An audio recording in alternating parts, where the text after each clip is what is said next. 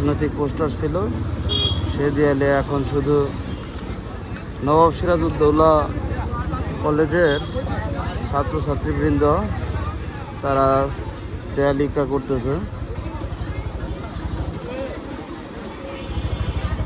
অসাধারণ,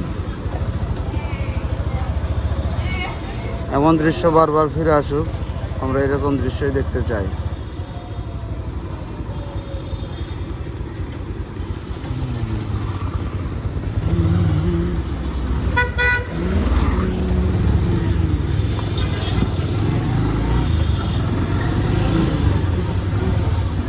সুন্দর ট্রাফিক ব্যবস্থাপনা।